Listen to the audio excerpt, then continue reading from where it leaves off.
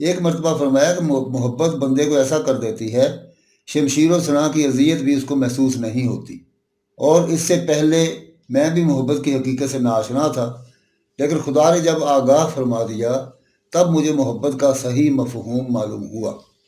جب آپ کو یہ علم ہو جاتا کہ لوگ میرے پاس حصول تعلیم کی غرض سے آ رہے ہیں تو آپ دعا کرتے کہ اللہ ان کو وہ تعلیم عطا کر دے جس میں میری احتیاج ہی باقی نہ رہے، اور مجھے یہ لوگ تیری عبادت سے غافل نہ کر سکیں۔ ایک شخص مکمل 30 سال سے عبادات و مجاہدات میں سرگرم عمل تھا، اور لوگوں نے جب اس سے پوچھا کہ تمہیں یہ درجہ کیسے ملا تو جواب دیا کہ میں نے ایک روز حضرت سری سکتی رحمۃ اللہ علیہ کے دروازے پر جب انہیں آواز دی تو پوچھا کہ کون ہے؟ میں نے عرض کیا کہ آپ کا ایک شناسا۔ یہ سن کر آپ نے یہ دعا دی کہ اے اللہ اس کو ایسا بنا دے کہ تیرے سوا کسی سے شناسائی نہ رہے۔ چنانچہ اسی دن سے مجھے مراتب حاصل ہونے شروع ہو گئے اور آج اس درجہ تک پہنچ گیا۔ ایک مرتبہ دوران بعض مصائب کا نائب احمد بن یزید بڑے تزک و احتشام کے ساتھ مجلس واعظ میں آ پہنچا، اور اس وقت آپ کے واعظ کا یہ موضوع تھا کہ مخلوقات میں کوئی مخلوق بھی انسان سے کمزور نہیں، لیکن اس کے باوجود بھی انسان بڑے بڑے گناہ کا ارتکاب کرتا رہتا ہے۔ اس تقریر کا احمد بن یزید پر ایسا اثر ہوا کہ گھر پہنچ کر بلا کھائے پیے پوری رات عبادت میں مشغول رہا، اور صبح کو مستربانہ طور پر فقیرانہ لباس میں آپ کے پاس حاضر ہوا اور عرض کیا کہ آپ کے بیان سے کل جو میرے اوپر تاثر قائم ہوا ہے وہ بیان سے باہر ہے، اور حب دنیا سے نجات حاصل کر کے گوشہ نشین کا رجحان پیدا ہو گیا ہے، لہٰذا آپ راہ طریقت کی تعلیم سے آراستہ فرما دیں۔ آپ نے فرمایا کہ عام تعلیم تو یہ ہے کہ پنجگانہ نماز ادا کرتے ہوئے احکام شرعیہ کی پابندی کرو، اور سلوک کی خاص تعلیم یہ ہے کہ دنیا کو خیر بات کہہ کر اس طرح مصروف عبادت ہو جاؤ کہ خدا کے سوا کسی سے کچھ طلب نہ کرو، اور اگر کوئی شے دینا بھی چاہے جب بھی مت لو۔ یہ سن کر احمد بن یزید نحیف و نزار ناس معلوم سمت کی طرف روانہ ہو گئے، اور کچھ عرصہ کے بعد ان کی والدہ روتی پھرتی آپ کے پاس پہنچیں اور عرض کیا کہ میرا تو ایک ہی بچہ تھا اور وہ بھی آپ کی صحبت میں دیوانہ ہو کر نہ جانے کہاں چلا گیا۔ آپ نے تسلی دیتے ہوئے فرمایا کہ جب وہ آ جائے تو میں تمہیں مطلع کر دوں گا۔ ایک دن احمد بن یزید نحیف و نزار حالت میں آپ کی خدمت میں حاضر ہوئے اور عرض کیا کہ آپ نے خواب غفلت سے بیدار کر کے جو کرم مجھ پر فرمایا ہے اللہ تعالیٰ آپ کو اس کی جزائے خیر دے۔ دریں اثنا احمد بن یزید کی والدہ اور بیوی بچے بھی آ گئے، اور ان کی زبوں حالی دیکھ کر لپٹ کر رونے لگے، اور ان کے ساتھ ساتھ اہل مجلس پر بھی گریہ طاری ہو گیا۔ پھر والدہ اور بیوی نے جب اب گھر چلنے کا پر اصرار کیا تو انکار کر دیا، جس پر بیوی نے کہا کہ اپنے بچے کو بھی ہمراہ رکھو۔ چنانچہ آپ نے اس کا لباس اتار کر کمبل اڑایا اور ہاتھ میں زنبیل دے کر ساتھ لے کر چلنے لگے، تو ماں سے بچے کا یہ حال نہیں دیکھا گیا اور اس کو ساتھ نہیں جانے دیا۔ پھر برسوں بعد حضرت سری سکتی سے کسی نے آ کر عرض کیا کہ مجھ کو احمد بن یزید نے یہ پیغام دے کر بھیجا ہے کہ میری موت قریب ہے، اگر آپ قدم رنجہ فرمائیں تو بہتر ہوگا۔ جب آپ وہاں پہنچے تو دیکھا کہ وہ قبرستان میں مٹی کے ڈھیر پر پڑے آہستہ آہستہ یہ کہہ رہے ہیں۔ چنانچہ جس وقت ان کا سر آپ نے اپنے گوش میں رکھا تو انہوں نے آنکھ کھول کر کہا کہ آپ بالکل خاتمہ کے وقت پہنچے ہیں، یہ کہہ کر آپ کی آغوش میں ہی دنیا سے رخصت ہو گئے۔ اور جب آپ ان کی تجہیز و تکفین کے سامان کی خاطر شہر کی جانب روانہ ہوئے تو راستہ میں ایک جمع غفیر ملا، اور لوگوں نے کہا کہ ہم نے یہ ندائے آسمانی سنی ہے کہ ہمارے مخصوص ولی کی نماز ادا کرنا چاہیے، وہ شونیزیا کے قبرستان میں پہنچ جائے۔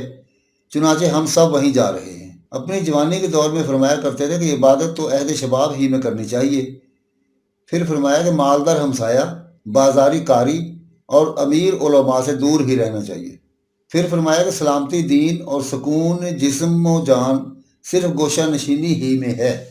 فرمایا کہ 5 چیزیں چھوڑ کر تمام عالم بے سود ہے۔ اول کھانا، لیکن بقائے زندگی کی حد تک۔ دوم پانی، صرف رفع تشنگی کے لیے۔ سوم لباس، صرف ستر پوشی کی حد تک۔ چہارم مکان، صرف سکونت کے لیے۔ پنجم علم، عمل کی حد تک۔ فرمایا کہ خواہشات کی حد تک گناہ قابل معافی ہے، لیکن کبر و نخوت کی بنیاد پر گناہ ناقابل معافی ہے، کیونکہ حضرت آدم کی لغزش خواہش کی بنیاد پر تھی اور ابلیس کی خواہش کبر و نخوت کی وجہ سے تھی۔ فرمایا کہ جو خود اپنے نفس کو آراستہ نہ کر سکے وہ دوسرے نفس کو کیسے سنوار سکتا ہے؟ فرمایا کہ ایسے افراد بہت قلیل ہیں جن کے قول و فعل میں تضاد نہ ہو، اور جو قدر نعمت نہیں کرتا نعمت اس سے کوسوں دور بھاگتی ہے۔ فرمایا کہ جو خدا کا اطاعت گزار ہوتا ہے پورا عالم اس کے زیر نگیں ہوتا رہتا ہے۔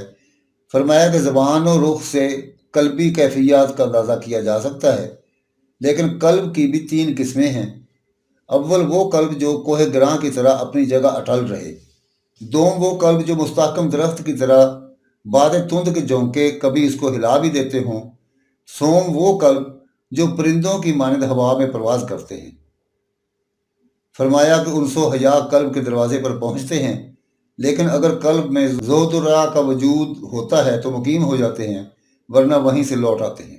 فرمایا کہ جس قلب میں کوئی اور شے مقیم ہوتی ہے وہاں یہ 5 چیزیں داخل نہیں ہوتی: خوف، رجا، حیا، انس، محبت، اور ہر مقرب بارگاہ کو اس کے قرب کے مطابق ہی فہم عطا کی جاتی ہے۔